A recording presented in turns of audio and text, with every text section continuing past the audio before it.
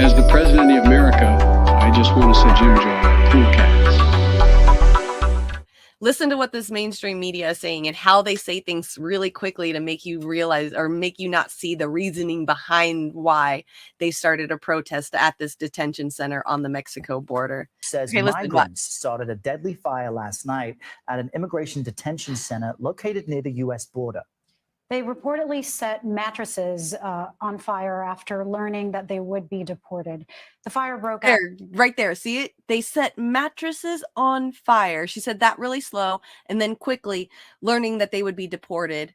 And then she goes on to talk about the rest of the thing, like hoping that go in one ear and out the other. So that's the reason. These people on the border are being deported back to their country. So they're angry and they started a protest and they lit mattresses on fire and started a fire at the detention center because they didn't want to go back to their country. And we're about to learn the reason why even more. You guys ready for this? Out inside a facility run by the National Migration Institute in the city of Juarez. Authorities say at least 39 people died. More than 24 others were injured. 39 people died. Okay. 39 people died. Injured. 68 men in total from Central America and South America. I hear many of them from Venezuela were reportedly being held at the detention center. People from Venezuela. Joining us now for more on this is CBS News immigration reporter Camila Montoya Galvez in our Washington bureau.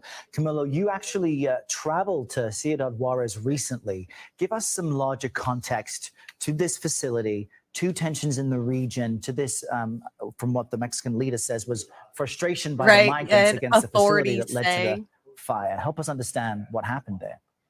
Hi, Earl and Lilia.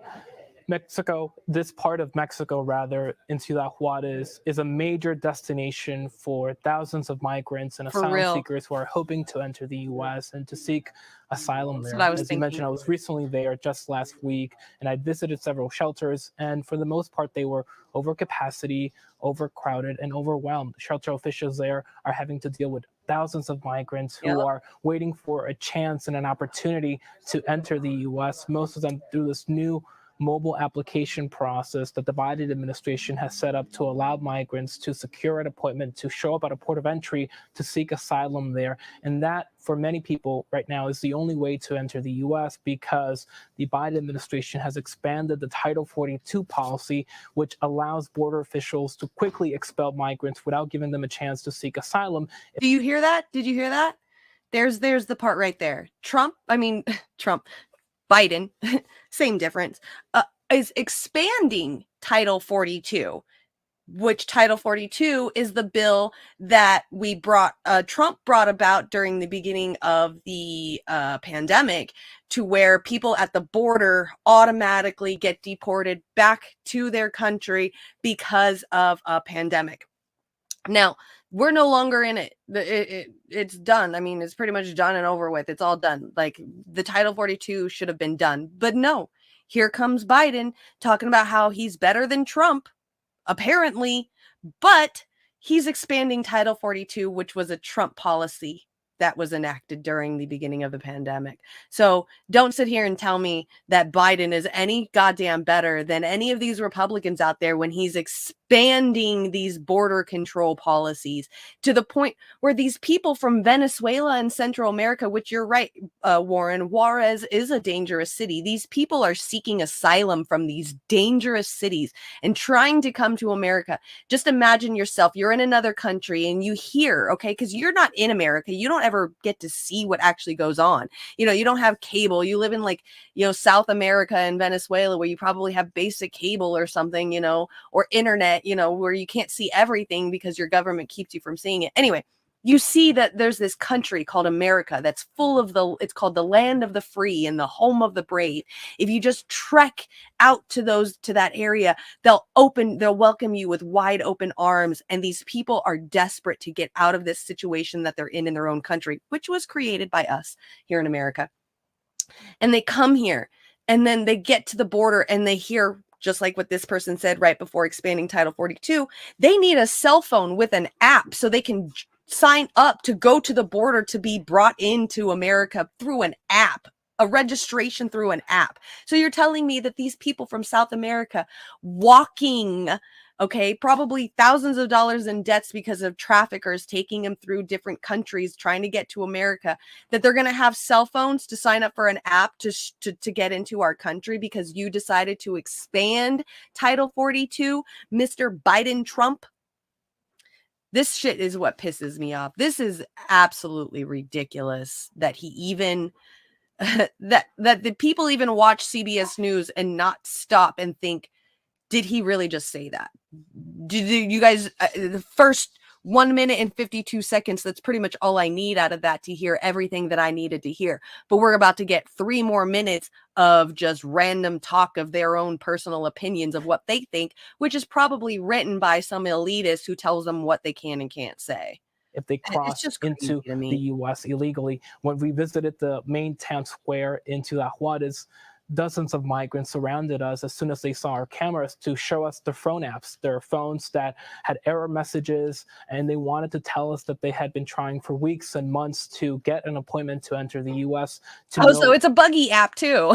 So even if you do have a cell phone and you have this app to get to the country, apparently it has tons of error messages because it's super buggy, because why would you trust the government to make an app? Are you kidding me? The government can't even tell you how to pronounce TikTok correctly, but you're expecting them to make an app that's going to help asylum seekers get into our country legally? Man, talk about more and more Band-Aids on a fucking gaping wound. I swear to God, America is just a giant gaping wound, and we just keep slapping these little ass Band-Aids all over the place. Like, here's the wound on the arm, and we're like, oh, we're going to put a Band-Aid on the wrist. We're going to put a Band-Aid on your cheek. We're going to put maybe a little bit of tape over that wound, but the rest of the Band-Aids are going to go all over the place everywhere else. It's so annoying. Avail. We also know that there's a noticeable tension between migrants and Mexican immigration officials there, who often detain these migrants after they're expelled from the U.S. and when they lose their permission to be in Mexico. And if it of course there's tensions between the police department there and the actual migrants themselves. Are you kidding me? These migrants are being treated like shit, and these police departments have an ego the size of fucking I don't even know, like Dubai's tallest building. I swear to freaking God, they've got like the huge egos.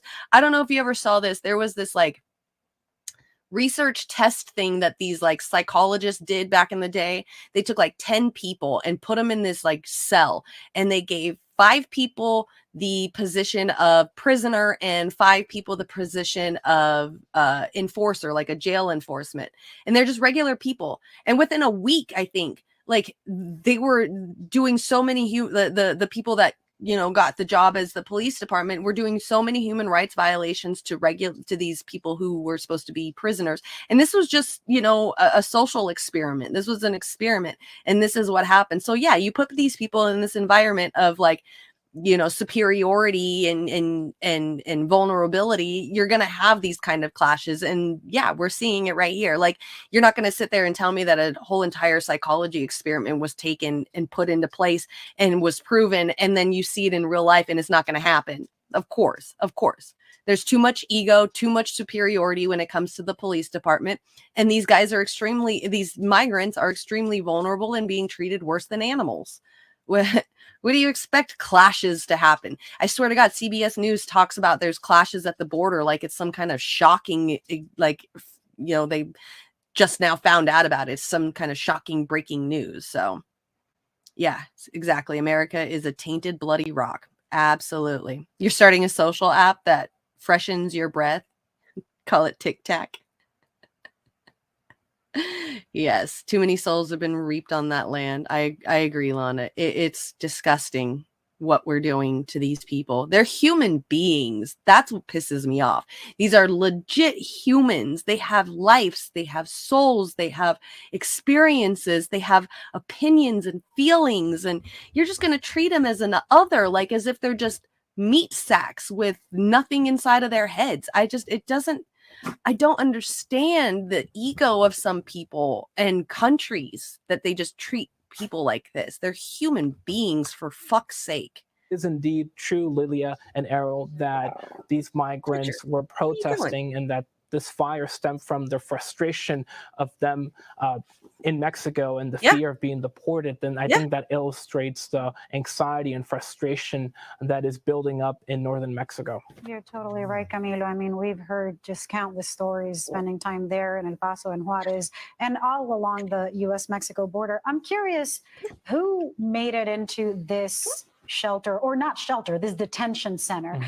What do we know about, because as you said, you know, in the town square, there's people who were camped out. There's all different kinds of destinations before being detained or as they are expelled from the U.S. But who would be the men in this shelter?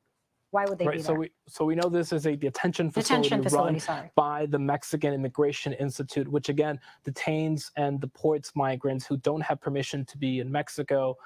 They are there stationed in Ciudad Juarez and in other border cities on the Mexican side of the border. And we know that this particular facility was for adult men.